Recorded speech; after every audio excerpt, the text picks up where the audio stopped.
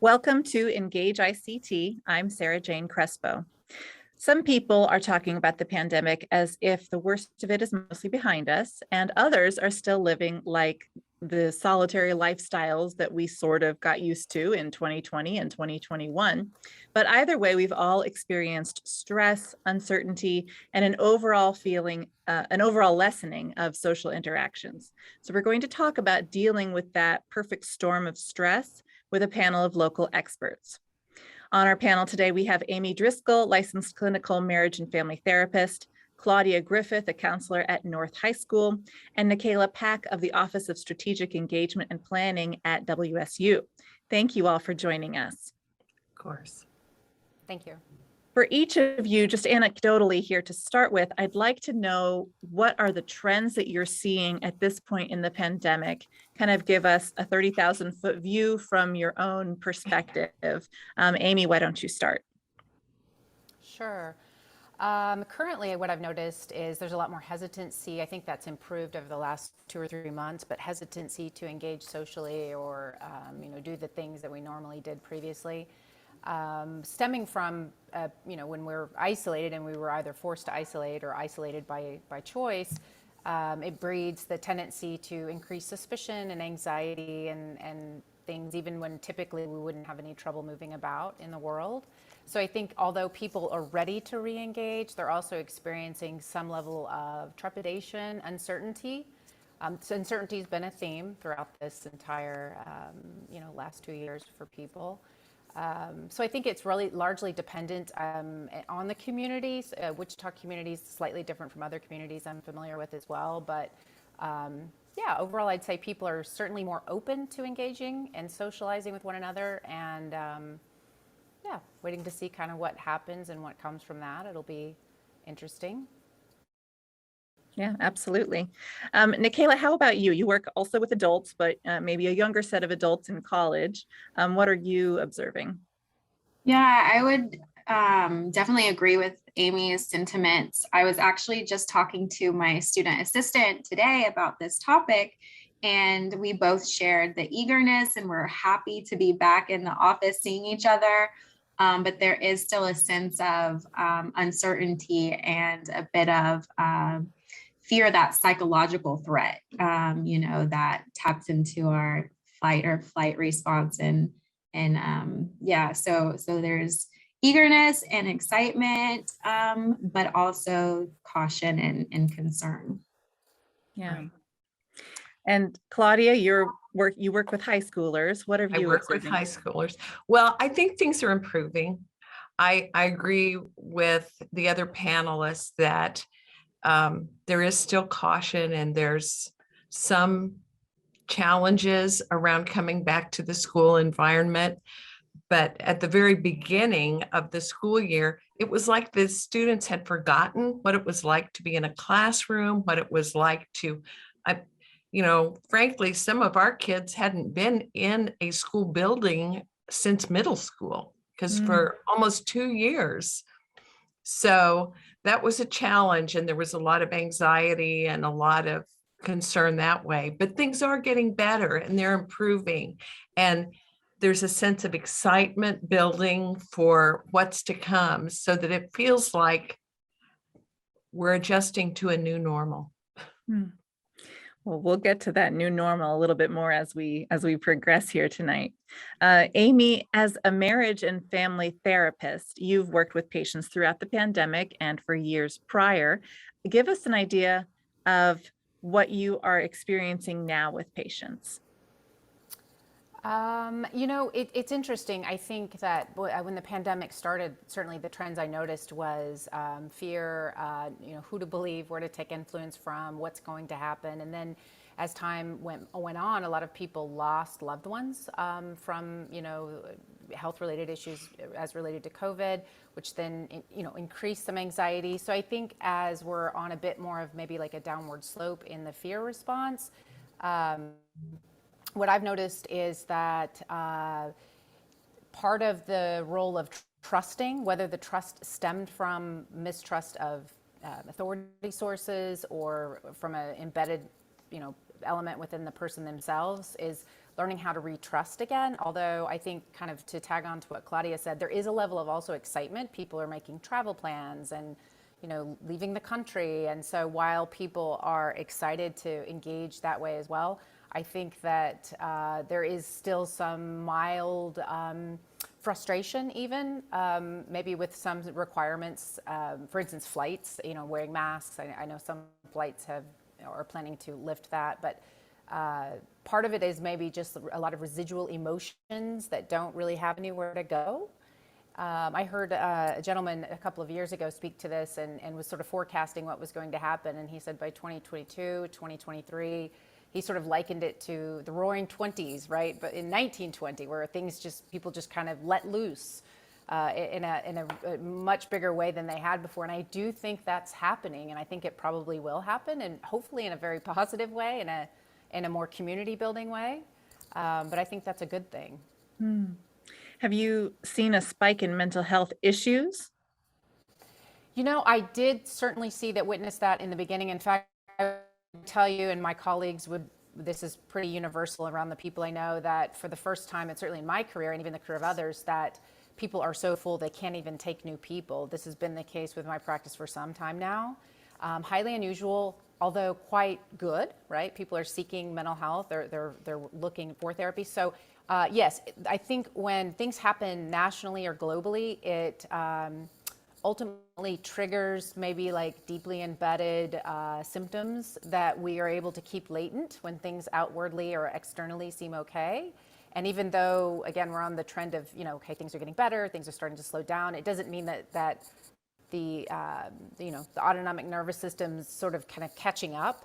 It's not always in sync and in time with everything that's going on around us. So I think that as, a lot of people, the biggest thing I've noticed in general is an issue around trusting, interestingly enough. Trusting, and then, the dealing with uncertainty, learning how to develop a sense of flexibility, managing emotional responses as things come and go. Thank you. Nikayla, when it comes to sort of inspiring people, you have some skin in the game. You founded Insight to Heal a couple of years ago, actually right before the pandemic hit. How did you work with people to expand mindfulness and self-care before COVID, and how has it changed? Yeah, so that kind of came to me when I was dealing with my own anxieties and fears of living in Thailand, so far in that isolation I felt. And then coming into the pandemic, it was a really great tool that I kind of utilized through that transition.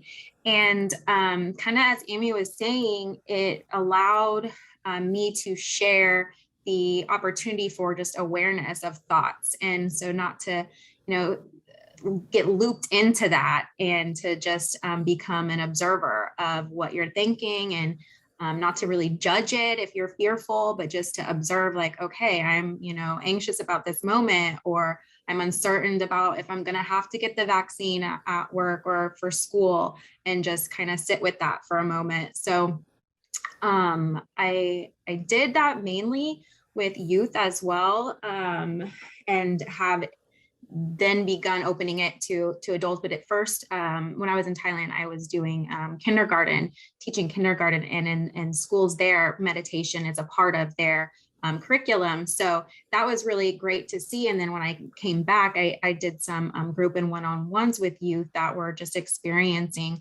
anxiousness or just extra energy they weren't sure how to move through. So I think that it was a really great opportunity just to hold space and the fact that we can just be observers of thought and not attached to them, and to work through that.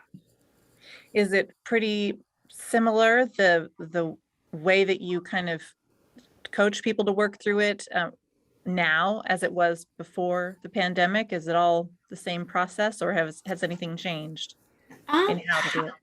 Honestly, it's pretty much the same process. I mean, the examples and experiences can shift, but really the mechanisms that we can use for our body to tap into our senses, and it's the same. So I say it's like just learning your nervous system technology.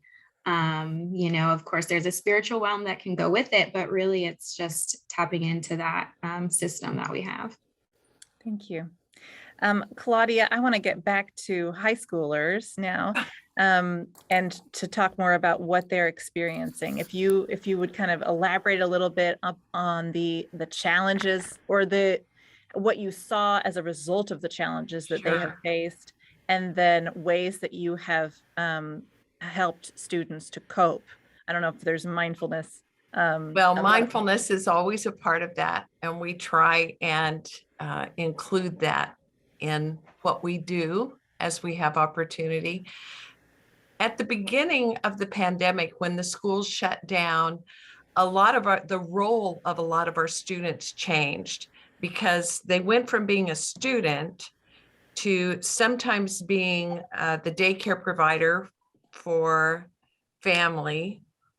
Sometimes they were working because parents had lost their jobs and they could still do fast food or some other kinds of jobs that would help supplement the income.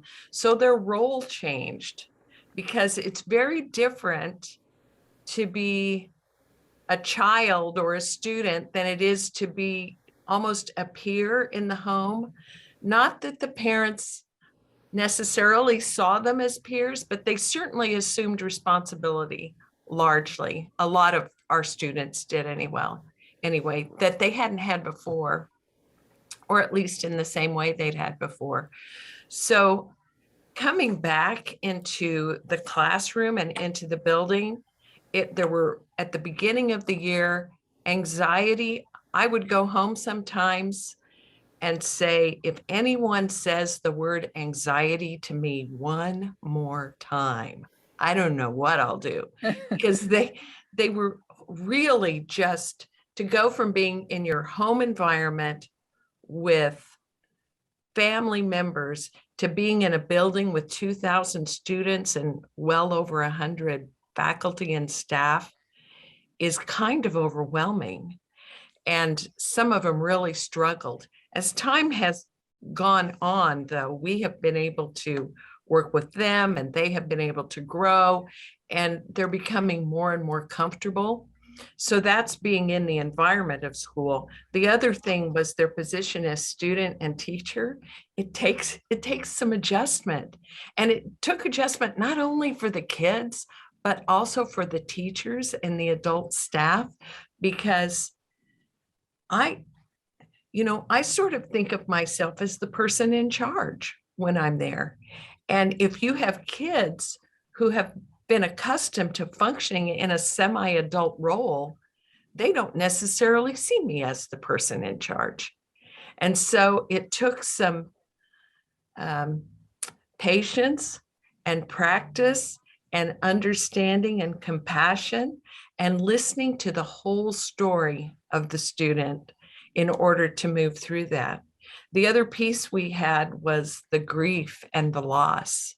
I mean, there was grief about losing traditions of homecoming assemblies and dances and all the things that go along with being a high school student. And there was grief about loss of family members as well. That's an ongoing thing. But, and there was also grief of lack of connection. Many of the students at North, anyway, have family members, extended family in Mexico, and they were unable to connect with them during the pandemic. So that created a sense of loss and a sense of grief, I believe. And just, there were so many layers to it that it's unbelievable. Online schooling, that's a whole nother issue that was successful for some and disastrous for many.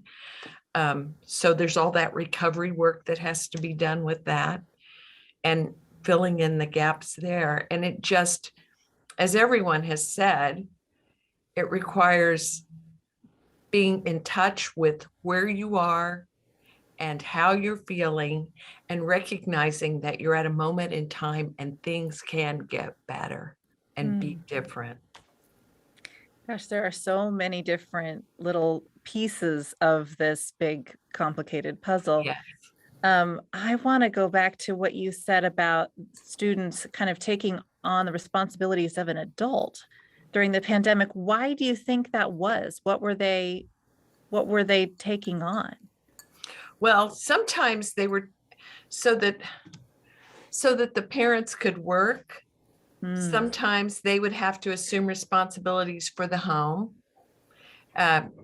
cooking, cleaning, babysitting younger siblings, which is not always easy, as we know. And other times they took on responsibilities of being the provider of the family.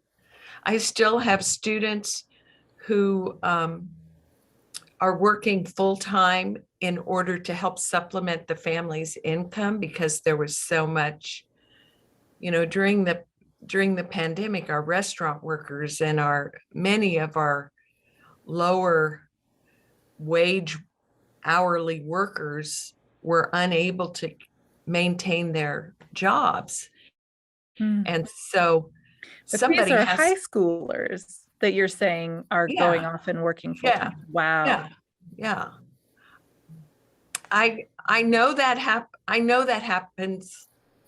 Well, it happened before the pandemic, but I don't think as frequently as it has happened now.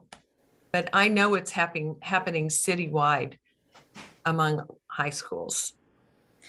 And so then all of these high schoolers had to go virtual, everything changes. And then a year later ish, come back to in person. Right. And everything changes again, but it's not that vision of before that they were hoping to come back to, because everything's changed. Exactly. Very interesting. So for those just joining us, I'm Sarah Jane Crespo with KMUW, and this is Engage ICT. We're talking about resocializing after what we've been through in this pandemic. On our panel is Amy Driscoll, licensed clinical marriage and family therapist, Claudia Griffith, a counselor at North High School, and Nikayla Pack of the Office of Strategic Engagement and Planning at WSU. I want to play a clip from the NPR show 1A, which we air on KMUW. And Claudia, I'd like to ask you to respond to this after we air it. Let's hear from Jen White. Okay. Kids across the country have been cooped up for months because of the extended COVID-19 lockdown. This period of social isolation has been hard on adults, so it should be no surprise that it's also taking a toll on our children. A recent report from the UK's Anna Freud National Centre for Children and Families warns that kids and teens may develop serious mental health conditions because of it, including PTSD. So now to kind of take this a step further with what you've been talking to us about, Claudia, are you witnessing that increase in PTSD and increase in different actual mental health issues among high schoolers? And how do you cope with it? Well, I'm definitely seeing an increase in mental health issues. I don't feel comfortable saying it's all PTSD because I don't diagnose. I just respond to what's happening. And the way we have endeavored to cope with it, and there are many layers to this as well. Again, we all work on the mindfulness stuff. We work with students to listen to their story and validate who they are in the midst of their stories. We also have the opportunity to refer students to mental health resources that are professional, with people who can diagnose and then more appropriately create a treatment plan that will enable the students to hopefully move past or through their issues or learn how to manage them more effectively. We also have an opportunity, because of the ESSERS funds, the extra money that came to schools to help sort of restore things after the pandemic, we have an additional counselor whose sole responsibility is social emotional. And while a traditional school counselor like myself has 3 domains that we work on. We work on the academic, we work on the career, and the social emotional. This person is in school buildings district-wide. I believe every school has one, at least part-time, whose sole responsibility is to be available to help manage social emotional stressors of students. And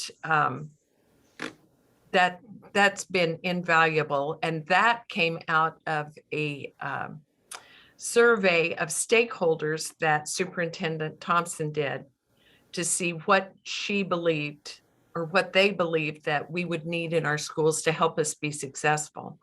Because that's our goal, is to help kids be successful and continue to grow and move forward and not be stuck. Now, when was that addition made?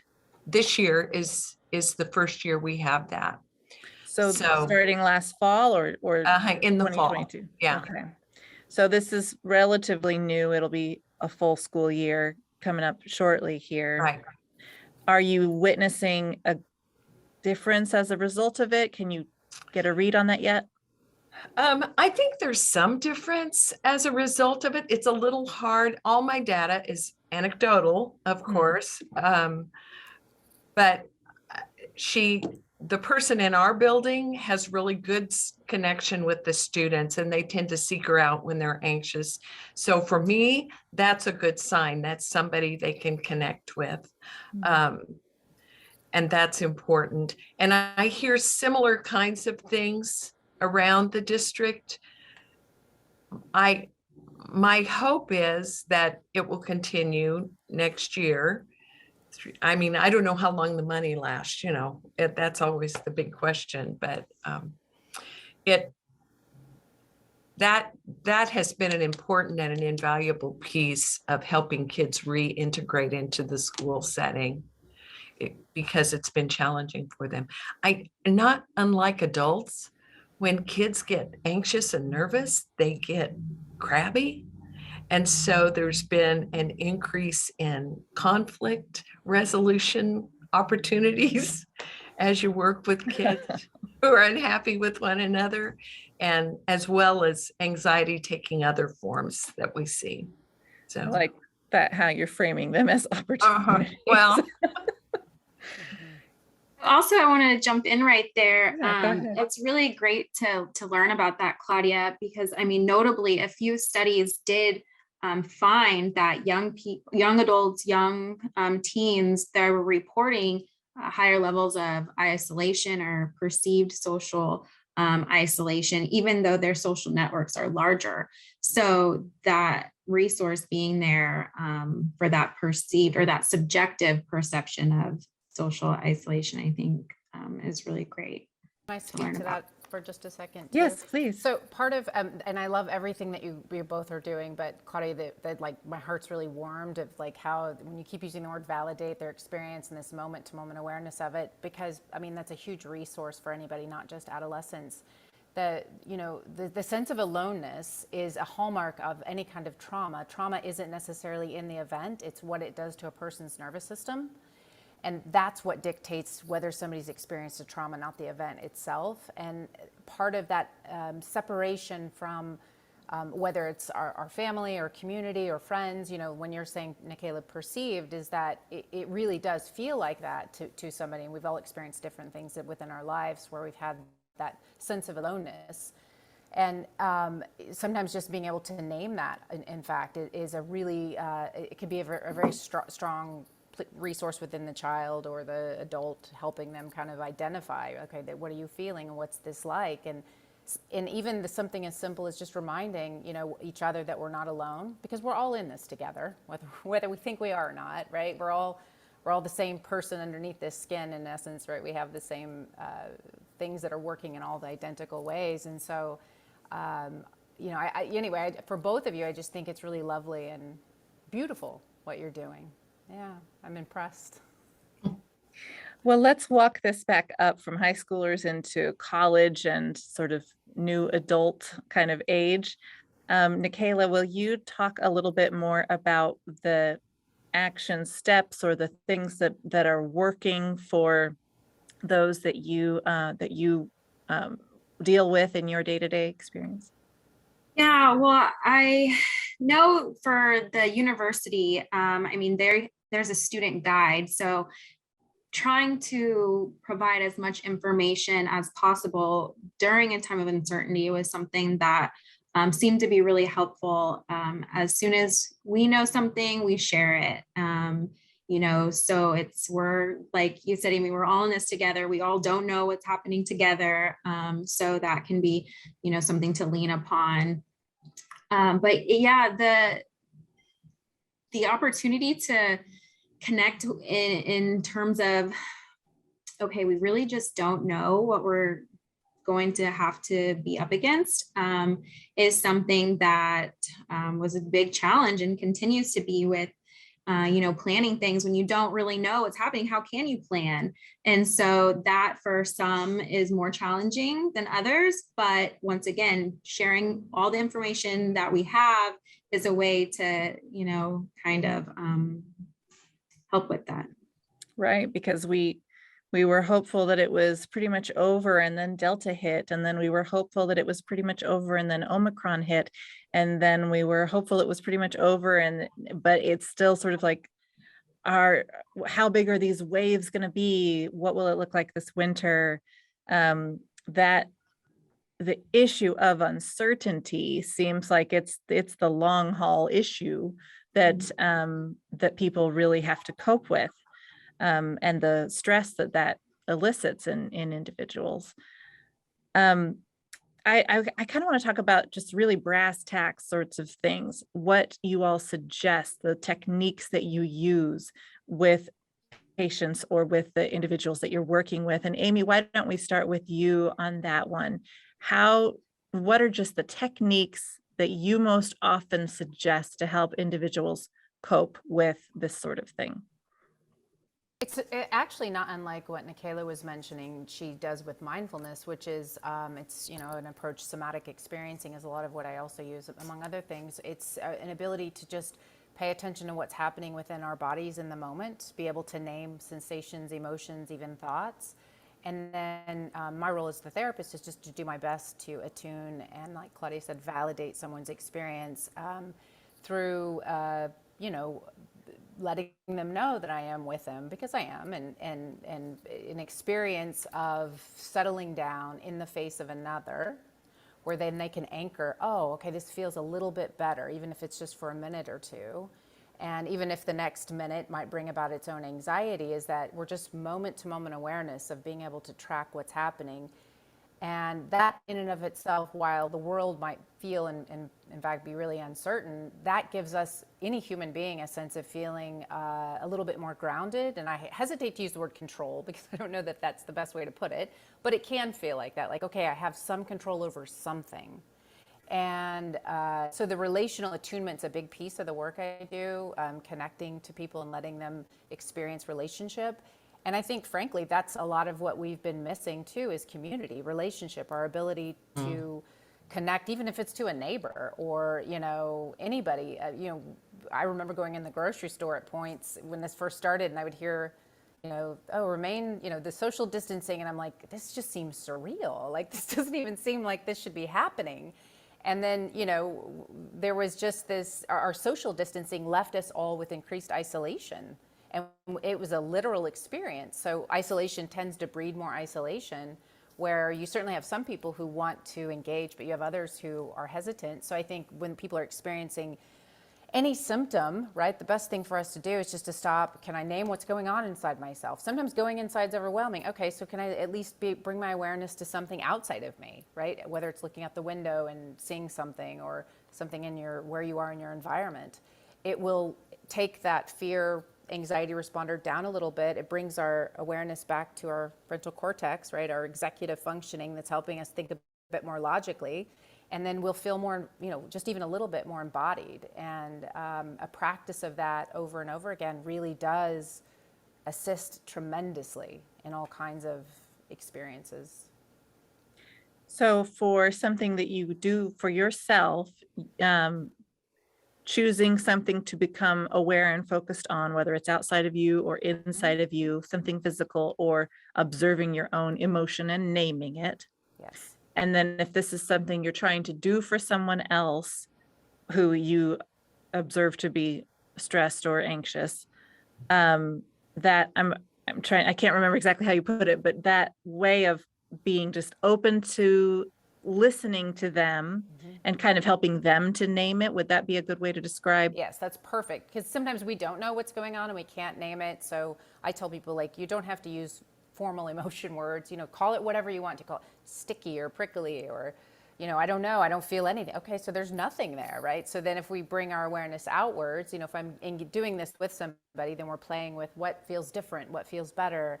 There's a practice of we do this unconsciously, but using our eyes, just slowly move around a space and take it in. I've never seen that not settle someone down. That's a primal kind of resourcing tool within ourselves. In addition to if what in our environment's overwhelming and inside's too much, using a resource of like a memory or some place you've been to that was pleasant at some point, or making up a place in your mind, but just watching and being able to track your body as you're kind of trying different things and seeing what works. And there's something different for everybody. Sometimes people need physical touch from other people, a hug or a hand, and it's okay, right? If we can ask for that and there's safety there, then to ask for that, because that's vitally also important to our overall wellness too, is connection with others. So I think that we Americans especially have this mentality that we should just sort of we don't need anybody and we should do it on our own and we should sort of be independent. And, and I don't want to be the bearer of bad news, but, we're humans and that's not really how we work. So, we need each other, and we need each other to be a bit more real and authentic too. Like if I'm struggling, I sometimes share things with my clients I work with. I'm like, gosh, I've been through something very similar. And that relational part where it's like, look, we've been through this and you can come out on the other side. It's not the worst place you'll ever be. It's this moment experience. And even though it may be really heartbreaking or intense, the next few minutes will be different. I promise. Something will shift because our system's always changing inside. It's always doing something different if we're paying attention. I think, we've had a lot of bad news over the last couple of years, and to hear that we all kind of need each other, that's good news, I think, ultimately. Right. We just acknowledging that we do. Nikayla, I want to come back to you here and ask what barriers you have seen to finding some of the solution for individuals. What has been a holdup to getting into a better place? I think there's really many factors that contribute to that. As the lockdown persisted, its stressors were compounded by existing stressors and it added new ones. So I think some of the different complex social problems were really exacerbated by the pandemic, and we were able to see a lot of disparities that have been historically there, just perhaps, overlooked or not understood at the extent. And so access, information is a barrier. There was organizations that were created to provide information to groups that were not receiving the message about vaccinations or about precaution and PPE. So I think those were barriers that we took note of and saw in such a real way to getting some solutions or, some answers. Well, and that makes me kind of want to step back to the idea of solutions and techniques to work through this anxiety and stress. And Amy, well, you've all talked in at different moments about techniques to get through the moment. But what do you suggest for people? And I I would just like anyone's thoughts on this. What do you suggest for longer term coping? Well, Each I would other. definitely say, yeah, Sorry, go ahead, Nikki. lifestyle. I mean, what Amy was saying, if we can incorporate that into a lifestyle, a holistic wellness, it's really going to strengthen our resiliency. And so I think that is definitely something that I love, that the school system, you know, the district, I'm actually going to speak to some high schoolers, the group next week about mental, you know, or wellness, overall wellness. And so I think that those conversations are really going to be transformative. And we know life is going to happen. We don't know what that may be, but if we equip ourselves with these tools, we can be more prepared. And so I think preparation for the good, the bad, the ugly is going to be something that will help us out in the long run. I like the idea of helping people think and dream about a future story, so that, you know, the bad stuff happened. It did. Nobody's denying it happened, but it's not happening right this minute. And today you have the opportunity to dream and to think about what you want to do, where you want to be, maybe in Thailand with Kayla, and then begin to plan, take steps. And for, you know, in my position, sometimes that step is passing English. So as small as it is, and as inconsequential as it may seem to you, if you can take steps to keep moving forward and then find someone to celebrate that with you, then we're going to be in a much better position in the future, I think. Amy, how about you? I know this may seem really simple, but we need each other. And I think it's the places of connection that we can make with one another, you know, in our ability to risk a little bit of vulnerability sometimes. I mean, we don't have to go into a lot of detail about our lives necessarily, but can we reach out to somebody? Can we, you know, talk to the person, you know, that we see in the grocery store? I mean, you know, little bits of connection, it may not make a big difference, you know, in the moment necessarily, although I think it does for everybody a little bit, but it accumulates, it builds on us. Solution ultimately comes from recognizing, not unlike what both of you have said, but our ability, like, it can be different. And if it is, how would I like it to be? If I had a way to do it that felt better, if, you know, if I'm stuck here in this situation, what do I want? You know, and if I don't know what I want, maybe I just start with, what do I want next week to be different? Or you know, how would it look if it was? And, you know, that can get very complex, obviously, in some cases, but I think we can simplify it by, you know, and I can't stress that enough, but that reaching out for connection with one another. I mean, that's healing comes through relationship. We can't happen on our own. So whoever that is in any moment or long term, that's a beautiful resource to have. Well, Amy, that reminds me also, you know, there was a high percentage of folks when they were surveyed that actually valued the additional time at home with families. And then you know, many people even had like a guilt for, you know, feeling like they really valued that time because so many people were struggling. But you reminded me when you said we just need each other, because there were, you know, folks that really were appreciative of the time that they then got to spend with the people that they loved, that they had not, you know, maybe prioritized previously. That's right. That's right. And I think sometimes when we unexpectedly, and we just had such a mass loss of loved ones over the last 2 years, that when we're faced with mortality, regardless of the age, I've seen very young people at 18 years old begin to question mortality, but it also can help us really kind of seize the moment and go, okay, if this is what I was doing and I was a little bit more mindless, what do I do to, you know, let me tell that person I care about them, or maybe I go and have that coffee. And so it can help us with perspective in some ways as well. Yeah, I think you're right.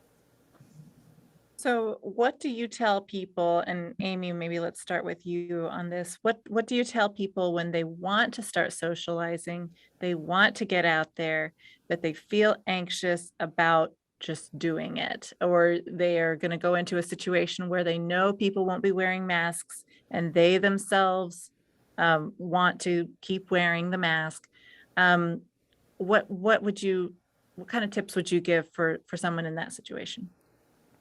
I would say the same thing. I would say maybe take it, if you're going to go meet somebody for coffee and most people aren't going to wear a mask, is okay, before you get in the car, check in with yourself. What are you noticing? What's happening? By the way, emotional charges in our system also change how our quality of thought. So it changes how we think. And it might be subtle and it might be more obvious. That's one of the things I help people pay attention to is what's your quality of thought? How does that change when you're feeling this versus that? So kind of like Michaela said, we name it, okay, this is happening. Okay, let me use some resourcing and then get in the car, right? So each transition, begin to notice what's showing up inside and to kind of soothe and do your best. And also, if it gets to a point where it's like, I'm not sure if I want to say, okay, give yourself an out, right? Like make up a reason if you have to, that you have to leave or step away even briefly. So it's enacting little bits of solution in a moment where there's a sense of helplessness often or fear. And so just that little bit like, oh yeah, I can leave, or I do have a choice can be really tremendous in a moment for anybody. Any other thoughts on that Michaela or Claudia, you would like to share? I think, yeah, my thought went to preparing. And so, yeah, having a plan, like, okay, if I get in there and I just am not feeling it, have that plan of, I can, say I forgot about this or that, or I need to just get out of there and not have to really spend time explaining yourself. Yeah, that's where my thought went to. Yeah, preparing. Okay. One other thing that I wanted to ask you all about is where you see this stress from mental health issues intersecting with other problems. Because it's sort of a domino situation, but it's also an intersecting kind of thing. What do you see as the predominant way that stress from the pandemic has spilled over into other arenas? Amy, do you want to start? I think Michaela mentioned this too. It really exacerbated what was already there. Every human being, we all have our own little activating things that trigger us, and it's somewhat unique to each person. And so when we're faced with an enormous amount of stress in any moment, no matter where it's coming from, it's going to, bubble things up to the surface that we may have not known were there, or that we may have thought we were kind of through and over that. So it's I think one important thing for anybody to pay attention to is that we all get really sometimes even critical of ourselves or critical of others in those moments when Claudia mentioned kids getting kind of irritable like adults, like it was sort of a nice way to put it. But yes, we will, and it's a discharge. We're feeling a lot and we need to get it out. So, I think I've seen a lot of that. I've seen a lot of complex grief for people who lost a number of, had already lost maybe people prior to this and then lost more people, and it just, really complicated a process that they were already trying to get through. But, actually what's interesting is I've witnessed an enormous amount of resiliency in people too, which I think is pretty remarkable. And when Claudia mentioned the young kids, stepping in a role for the family, while I know that would be difficult in some cases, in many ways that's sort of, and even other countries or other societies, right? That's what you do anyway. And so, I'm not saying it's right or wrong or good or bad. I'm just saying that, it's like you said, it's changing a role. So it can be hard, certainly, and the adjustment of transitioning. And I think that's probably a big thing is I'm going from this, where I was in my little cocoon and comfort, to now I'm transitioning into this place where now I have to follow these norms or these rules or do these things. And so it will essentially, things like that will bring out, I suppose, these little gremlins in each person and make it worse, But honestly, when I say I've seen resiliency, believe it or not, I think people are determined to be better, feel better. So, in spite of all of it, I think that there's something unique about this experience for us as human beings that's been pretty remarkable. Michaela? I was just going to say, I would agree with the last part that you said there, Amy, that there is a openness to seeking other solutions, because I identify that, yeah, there's some challenges that I'm, working through with psychological stress or, these other issues. And we have to think of, when populations are being impacted, what's the rate of, who's being impacted by this the most?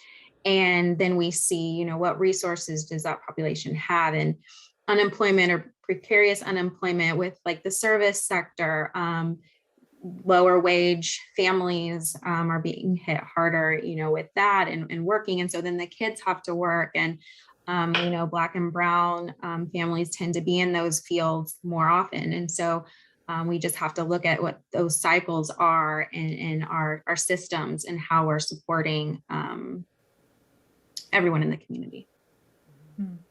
I think what they said is right, because I'm always amazed at how brave and how strong the kids are.